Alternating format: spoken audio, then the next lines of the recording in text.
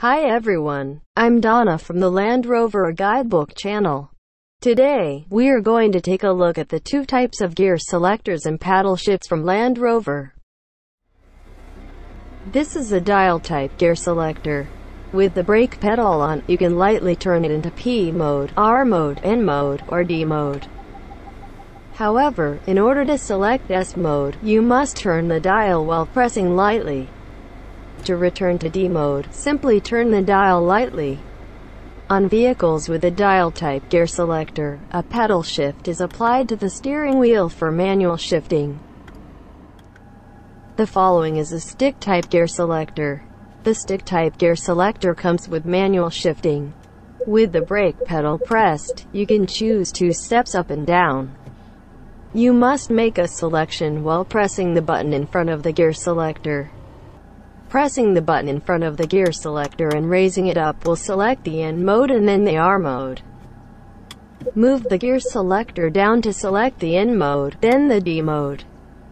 However, if you do not press the button in front of the gear selector, you can select only in N mode even if you select in 2 steps. To select S mode, it is not possible in other modes, but only in D mode. In S mode, raising the gear selector up shifts down and down shifts up. To select P mode, press the P button above the gear selector in modes other than S mode. So let's take a closer look at the paddle shift. The steering wheel has a minus paddle on the left and a plus paddle on the right. Pull the minus paddle once to switch to manual mode and shift down.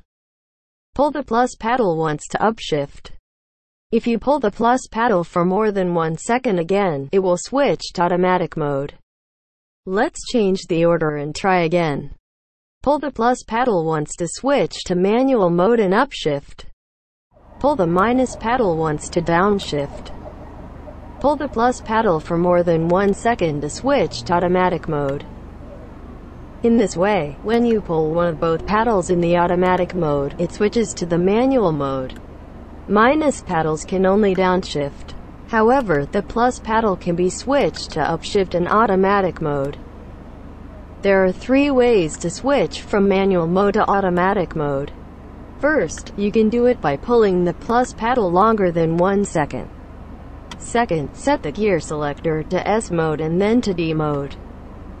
Third, if you do not manually shift gears for a while, it will automatically switch to automatic mode after a certain period of time. Sometimes while driving, you can switch to manual mode by touching the paddle shift regardless of the driver's intention. If you don't want to switch to manual mode, you can set it up in the shift paddle after the convenience function under Vehicle Settings in the Instrument Panel menu. Check the checkbox that is set as active in S and D by default to active in S only. Paddle shift is now disabled in D mode. From now on, in D mode, no matter how much you pull the plus paddle and minus paddle, it will not switch to manual mode. Regardless of the settings in the Instrument Panel menu, if you want to use manual mode, simply select S mode. As you saw in the D mode, you can downshift by pulling the minus paddle and upshift by pulling the plus paddle. And you can switch to auto mode by pulling the plus paddle longer than 1 second. S mode works the same as D mode, but with one difference. In D mode, if there is no shift for a certain period of time in manual mode, it automatically switches to automatic mode. In S mode, the manual mode is maintained even if no shift is made. This time, I will use it with off-road driving programs. Selecting one of the off-road driving programs in S mode will automatically switch to manual mode. To switch back to automatic mode, pulling the plus paddle for more than 1 second does not work. Selecting D mode automatically switches to automatic mode. In D mode, even if the off-road driving program is selected, it is possible to switch between the automatic mode and the manual mode like normal driving programs.